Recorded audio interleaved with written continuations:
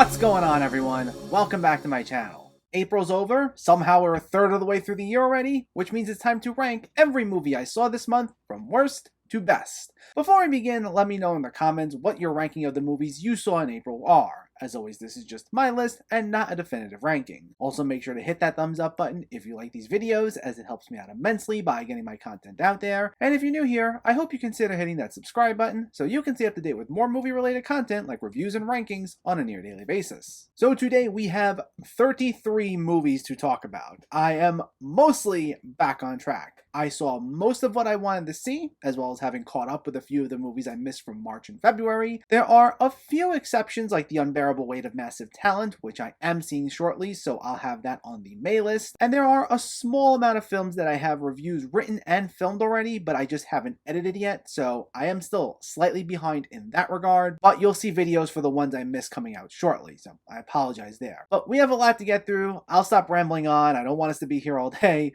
so let's just get into the list. In dead last is 365 Days, This Day, the sequel to the controversial 2020 erotic drama 365 Days, which is literally more of the same as its predecessor, filled with 2 hours of nothing but sex montage after sex montage, done in the style of a glorified music video, with almost no semblance of plot whatsoever. And I mean that literally. It takes at least till 40 minutes or so to understand what's even remotely going on, and even when you do figure it out, it's nothing compelling. It's just these egotistical, unlikable men getting into turf wars with each other and trying to assert their dominance over the women characters, all done through some outright terrible acting, and it just feels gross. Once again, glorifying things like abuse, but playing it off as something almost romantic. I honestly don't know who this is for, because I can't even see fans of good erotic dramas really being into this for just how laughably bad it is, and I try to avoid hyperbole on here when speaking negatively about movies, but this one,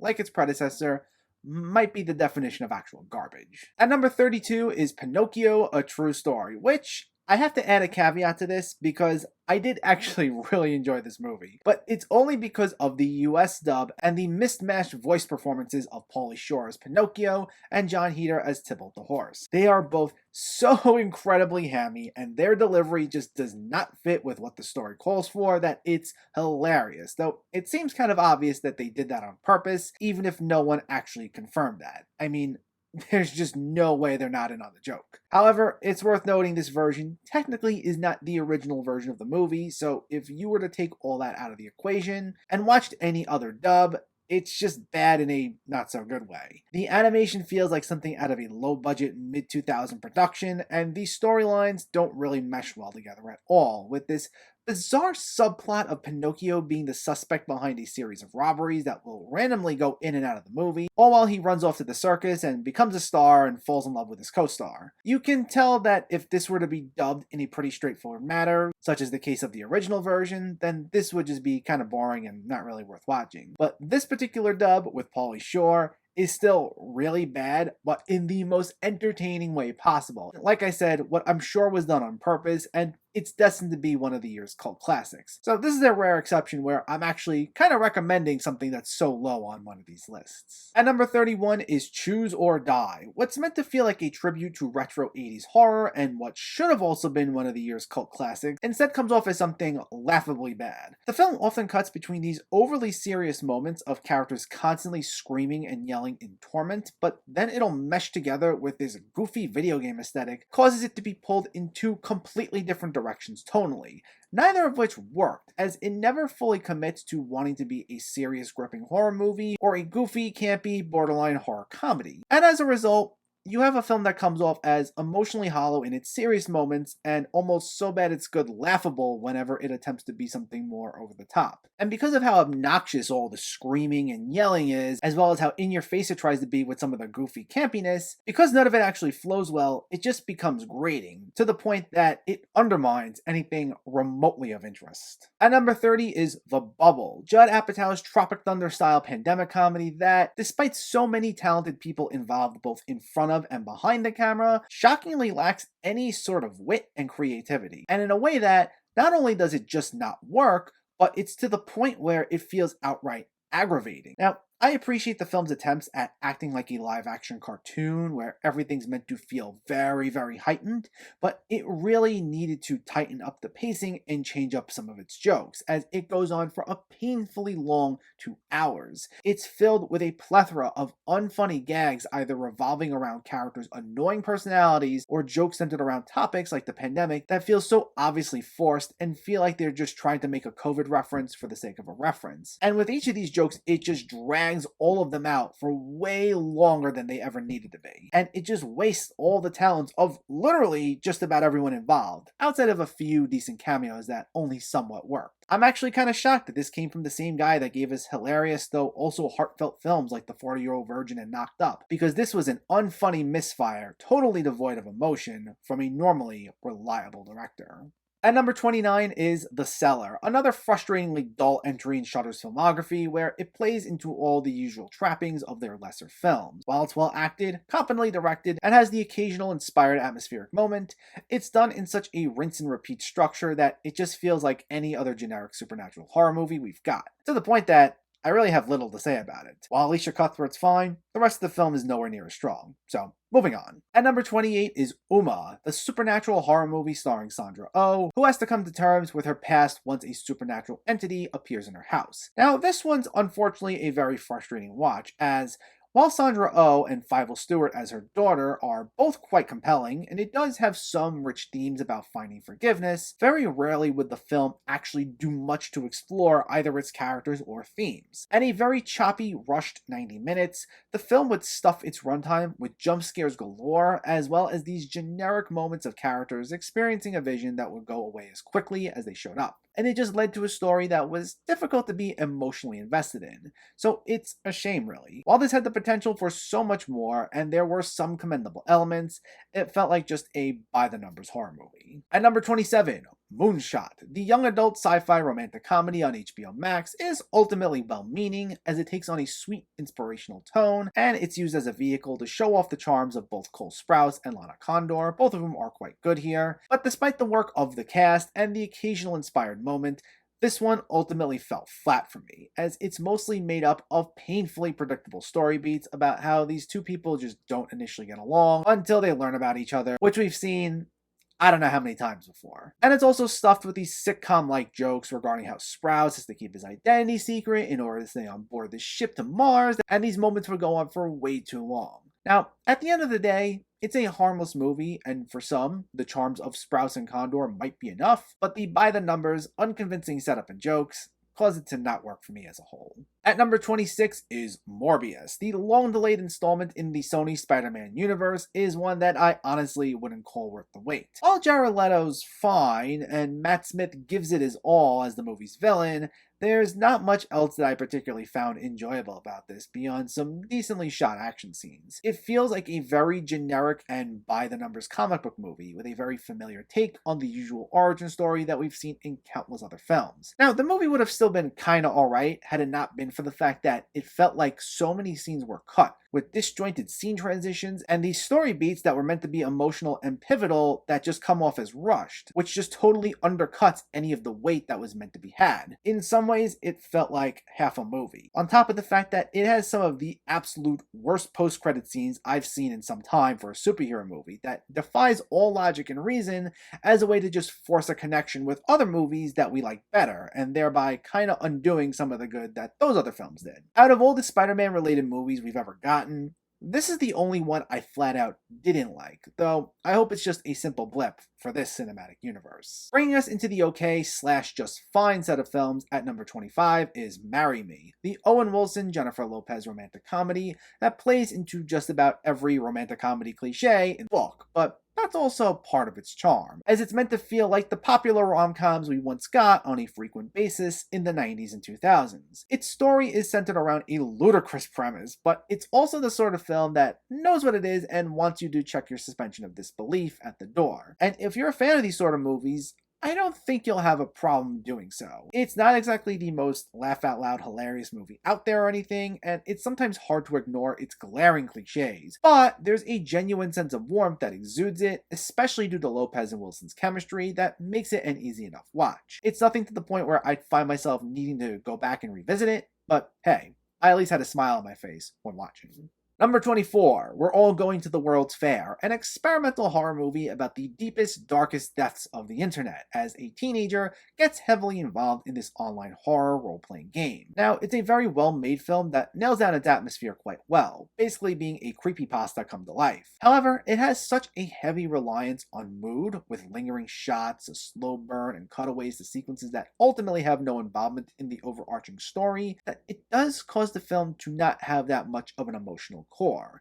And as a result, while I ultimately respect the film and I look forward to more from director Jane Schoenbrunn, who clearly can craft a unique horror experience and has some really good ideas, I just don't know if this is something I'd want to revisit anytime soon. At number 23, Neatram, a retelling of the events leading up to the 1996 Port Arthur Massacre in Australia. This film's interesting because it's by no means a poorly made film, and it doesn't exactly do anything wrong. It's well acted, and given how horrifying the subject matter all is, I commend director Justin Kurzel for having such a delicate grip on the material. But considering it's also a film centered around this real-life tragic event, and it's through the perspective of the killer, and also considering the subject matter is so dark and brutal, it's the sort of film that I can respect for how well made it was, but because it's slow-moving, with a stomach-churning vibe, and lack of a sympathetic central character, it's not one I feel I necessarily need to revisit. It's the sort of film that I think would have left a better, longer-lasting impression as a documentary, where you can have more of that open discussion about why this happened, or the effects of mental health, rather than saying all that through a narrative, because it's just the events leading up to the tragedy, then the tragedy, and that's it. But it's by no means a bad movie, and considering the critical acclaim it's got,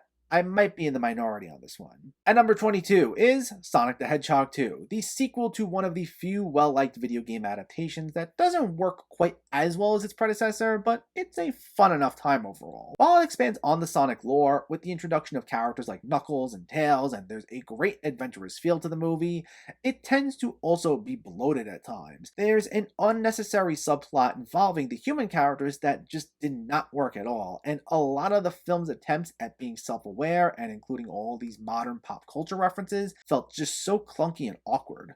The only major exceptions to this, though, were both with Idris Elba as Knuckles, as well as Jim Carrey as Robotnik, in what might be his final film, as he said he's going to retire after this. But this sees him in particular be at his most Jim Carrey-like, and it works for the most part. So despite not being quite on the same level as the first film, if this truly is his swan song, then it's not a bad movie to go out on. It's the sort of film that, if you're a big Sonic fan who really enjoyed the first movie, this does replicate that same tone at least, so I think you'll enjoy this just as much. And there have been people who have said this is even better than the first, but for me, it's just fine. At number 21, Ambulance, the 15th film from Michael Bay, which has been getting praise as a return to form for the action director. And while there is some truth to that, as it really is one of his better films in some time, it's still just alright.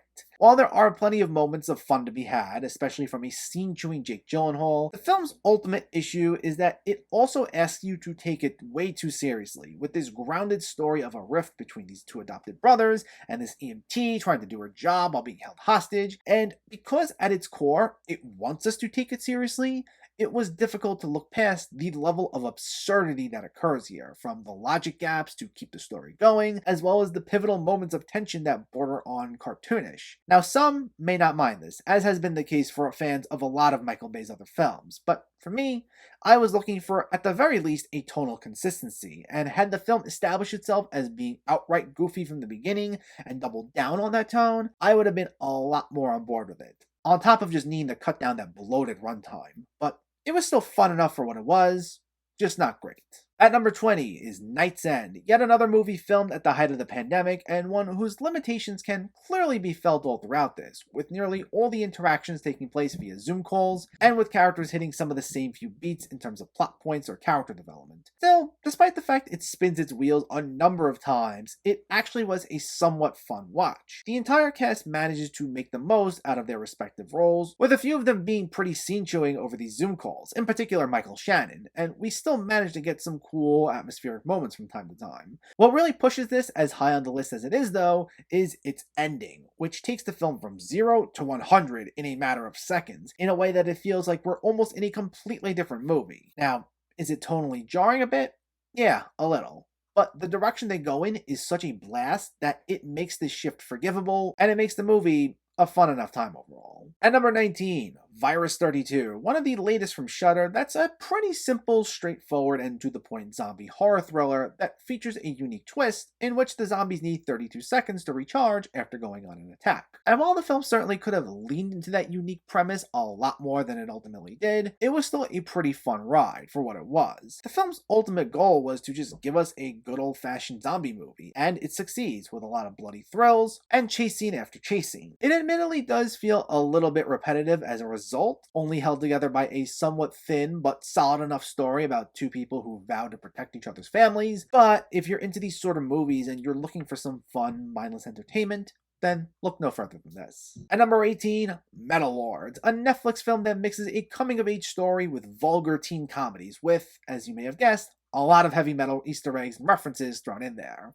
It captures nicely the awkward nature of trying to fit in when you're growing up and you feel out of place, and it can be quite funny through some of these interactions. I especially enjoyed the performances of Jaden Martell as our lead character, as well as Isis Hainsworth as his girlfriend, as they're both very charming and they make for two likable leads. However, the film can also be tonally inconsistent in the way it shifts from a sweet coming-of-age movie to a vulgar almost for the sake of it comedy. Plus, it has one storyline involving this other band member who's friends with Martell and is this heavy metal purist who acts like nothing but a dick for the entire movie, and yet he later has this very rushed and clunky redemption arc that we're later just supposed to buy with little justification. So sometimes the writing in moments like that can be just as awkward as its characters, and because of that, it prevented me from loving the film, but for what it wasn't bad.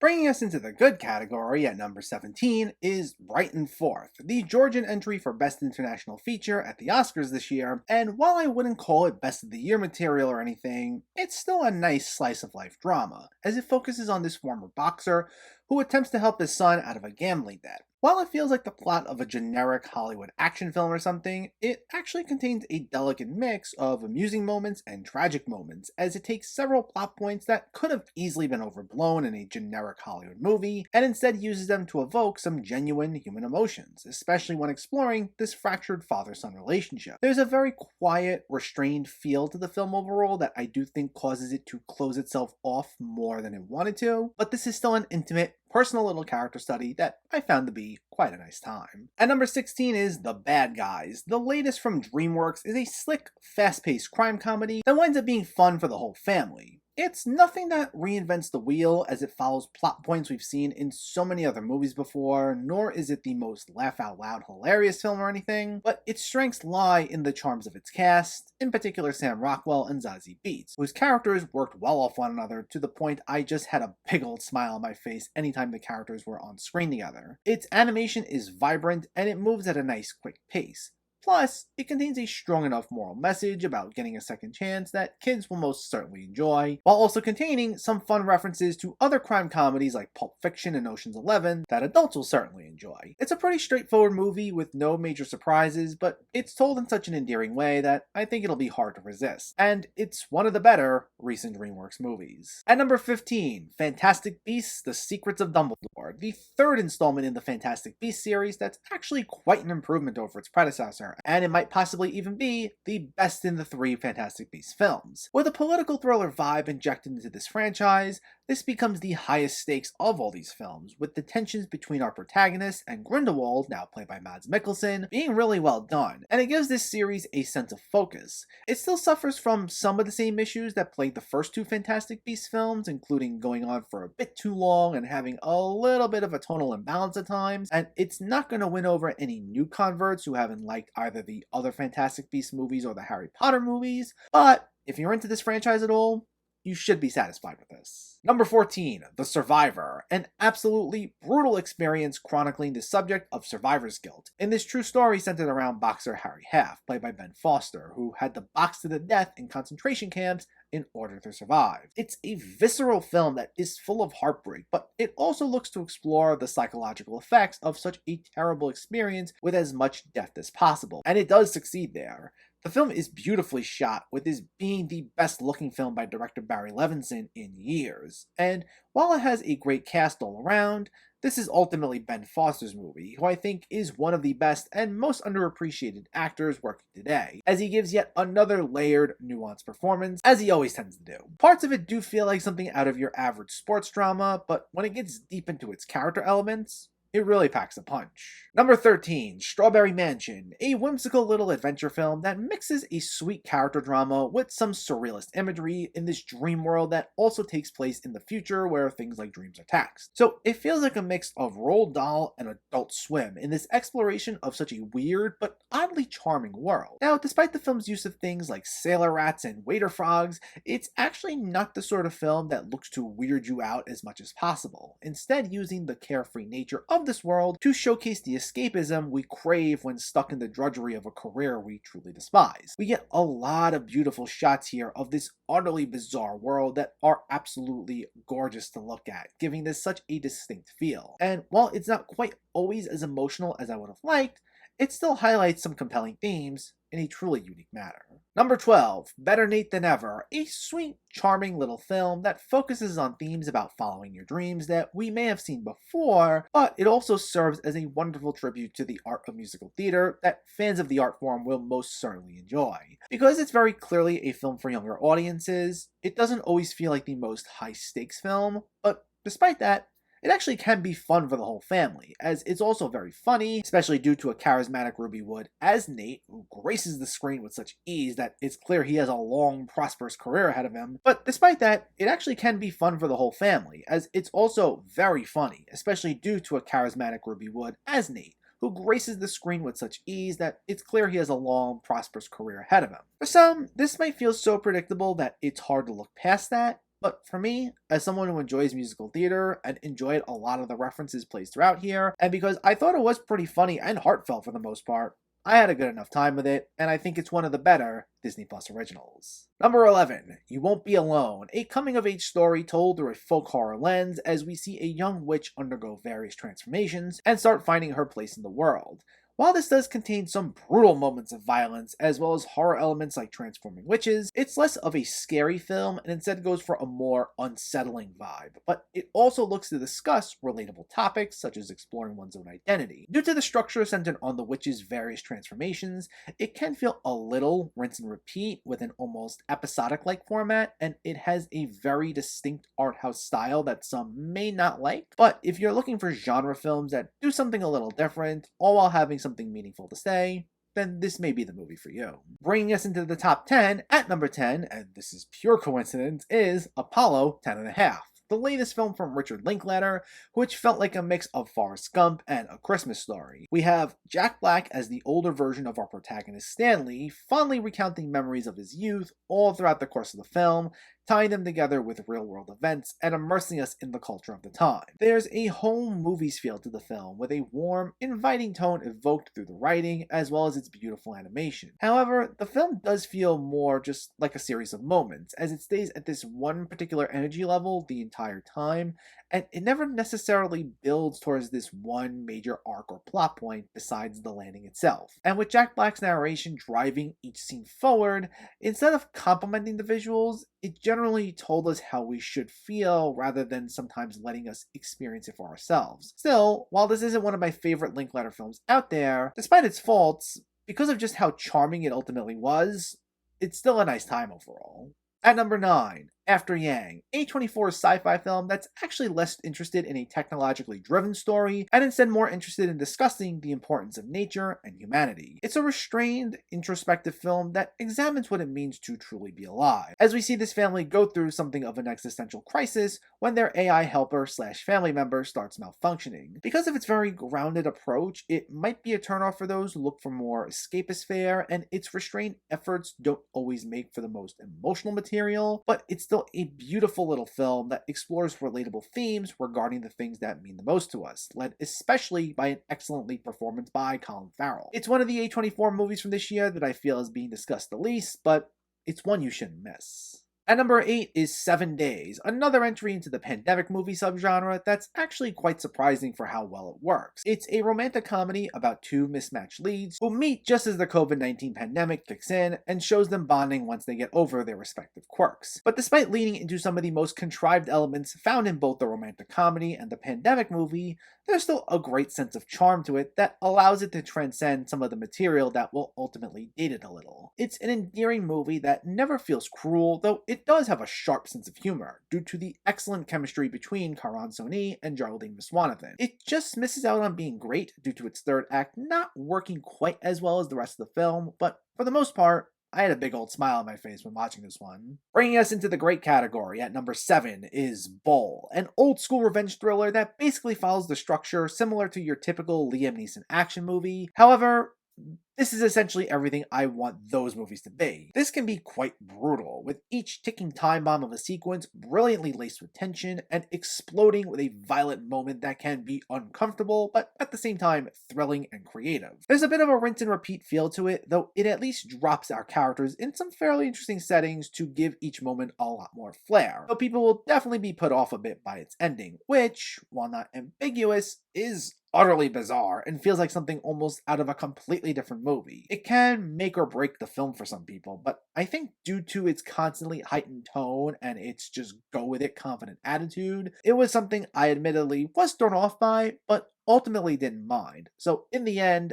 I found this to be a fun, old school revenge thriller. At number 6 is Playground, the Belgian entry for Best International Feature at the Oscars that honestly should have made the cut, as this is a small scale but painstakingly relatable look at the harsh reality surrounding bullying, all told through a child's point of view. But whereas other films that tried presenting complicated topics through a child's perspective wind up just oversimplifying their respective topics, this doesn't pull any punches, giving us a truly emotional and relatable experience, especially through keeping the camera at the level of our young protagonist and keeping the shots close up so that we're literally always on their level. And it's a genius little detail that you can almost forget at times because you just feel so immersed in the story. While the film may feel small in scale, only clocking in at a mere 72 minutes, it packs quite a punch, and it's one film that deserved way more attention than it got.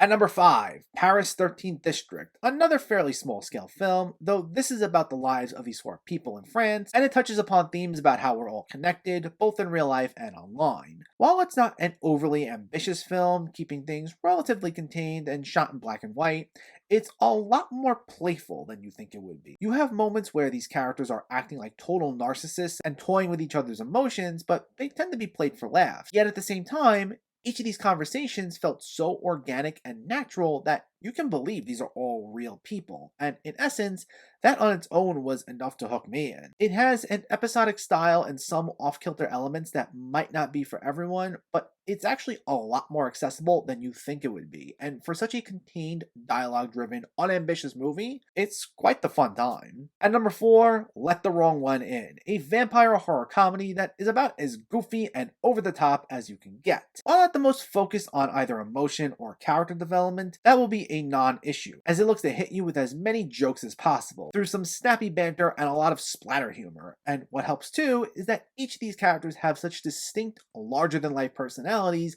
that it won't take much for you to enjoy following them around. While there's the occasional pacing issue or joke that just doesn't land, it's pretty consistently entertaining, and it should go down as one of the year's biggest cult classics. At number 3 is Midnight, a South Korean thriller that borders on horror territory as a serial killer chases a deaf woman through the streets of South Korea after she witnesses one of his crimes. It gives off the feel of something like Mike Flanagan's Hush, just moved to the streets. But despite a seemingly familiar premise, the script by Oh Seung-kyun brilliantly finds ways to milk the structure for as much creative tension as possible, keeping you constantly on the edge of your seat as this cat and mouse chase unfolds. And it is impressive because not only does it just work, but none of the scenarios it presents ever feels like a stretch. This is one that I feel isn't getting quite as much attention as it deserves, but it definitely needs to be seen by more, as it's a gripping, brutal thriller with just the right amount of emotional depth. And I feel this is going to go down as one of the year's biggest hidden gems. At number 2, The Northman, a visceral revenge tale from visionary Robert Eggers that gives us a much more morally ambiguous version of stories like Hamlet and The Lion King. While it contains a lack of mostly unsympathetic characters, you won't care as you feel totally immersed in this unique little world and you get adjusted to seeing how everyone's values and viewpoints translate to this seemingly familiar story. It's a brutal, bloody, action-packed thrill ride where, once the energy level skyrockets early on, it almost always stays there, feeling like a consistent adrenaline rush. Now, there are moments that one would describe as quieter, but even in those moments, there's just this intensity oozing from the entire cast, in particular Alexander Skarsgård, who's in top form here. It's a film where moments of nothing being said are just as gripping as moments where a lot said or done, especially in one hypnotic monologue by Nicole Kidman. And while it's ultimately a very dark movie in terms of its subject matter, it's also incredibly vibrant from a visual standpoint, with a lot of stunning cinematography and gorgeous imagery. This is probably the most brutal we've seen Eggers thus far, and it's the one film of his that I think all will enjoy. But in first place is Everything, Everywhere, All at Once, the one movie that everyone's been talking about nonstop, and rightfully so. This A24 multiverse movie is a wild mix of all these different tones, styles, and genres, all mashed together to tell an absolutely bizarre story, but one that also doesn't lose sight of its emotions or relatable characters. Because despite its use of such fantastical concepts, at its heart is this very relatable story about the things we do have in front of us and the things we do cherish and how we can lose sight of all that as we reflect on what could have been. And it's quite profound and incredibly deep. It's just that it tells it through a mix of sci-fi action adventure, martial arts fights, and some really outlandish moments of humor, all of which you wouldn't think go together, but it all flows so much smoother than you could ever imagine. And it's all boosted by a phenomenal cast, led by an excellent Michelle Yeoh, a badass Jamie Lee Curtis, and a very charming Ke Kwan, aka Short Round from Indiana Jones, in his first film in 20 years. I had an absolute blast with this, I loved the story, found it to be incredibly poignant, and not only do I think you need to see this film, but it comes in as my number 1 movie in April. But let me know, what were your favorite movies in April? Was it anything I listed here? Was it something I left off? Let me know in the comments below so we can discuss. Also, if you enjoyed this video, please give it a like and share it. And for more movie reviews and film discussion, please make sure to hit that subscribe button to stay updated. Thanks for watching everyone and keep having fun with film.